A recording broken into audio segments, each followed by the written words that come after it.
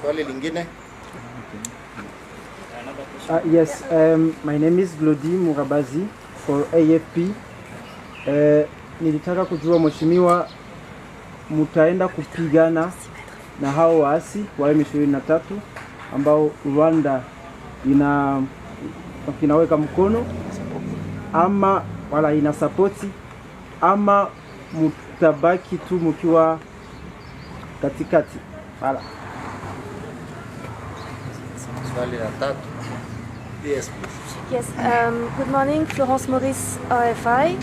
I would like to know when the operations will be able to begin, when all the troops will be there, and if you are going to launch offensives against M23 and go in the territory they took to take them again.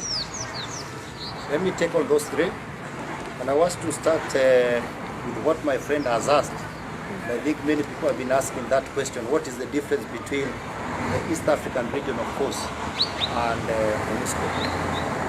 First, we want to say that MONUSCO deployed here under a very different mandate.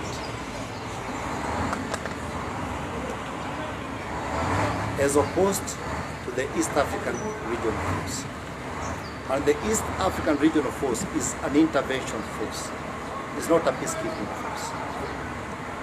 However, MONUSCO have introduced another clause of having the FIBs. And from the East African Regional Force, we are deploying with more capacity and capabilities, so that we are able to undertake operations as the situation may dictate. On the question of whether we are going to fight the M23, I want to be very clear here.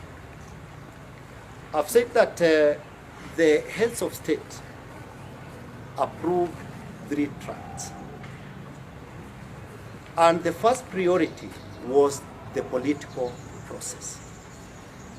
Currently, we have Luanda and Nairobi process.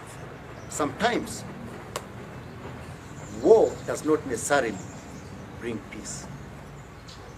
You have to pursue diplomacy.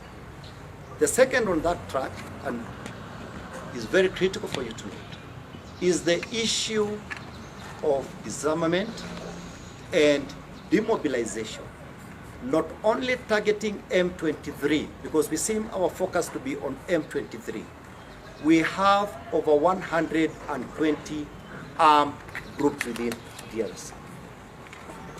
And they have instigated significant degree of insecurity.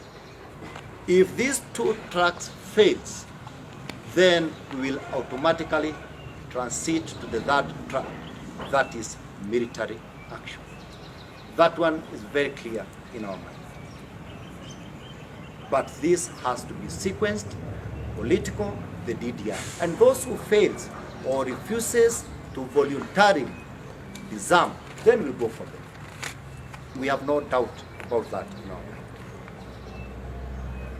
mind. You have asked when the operation is going to start. I think today marks a very significant day, because we had to ensure that we comply with certain legal requirements. We started with the signing of the Status of Force Agreement, that DRC, being a sovereign state, must commit itself that they have allowed that regional force can do. Secondly, and very critical, was the signing of rules of engagement that bounds how troops will conduct the operation in strict compliance with the law of armed conflict, Geneva Convention, and law of this country. For a country like Kenya, we had to go through the process of ensuring that we have the parliamentary approval, because we believe in the Constitution, and that's what the Constitution of Kenya dictates. And therefore, with the standing up of the force headquarters, we made it clear that operationally we have started. And I think it is evident that the flags are there, the force commander is there, the deputy force commander is here, and other staffing officers are here, including the advance party, that is the team that is supposed to run the force headquarters. Equally, it is important to note that Burundi has already deployed a battalion, and they are currently undertaking operations down Uvira.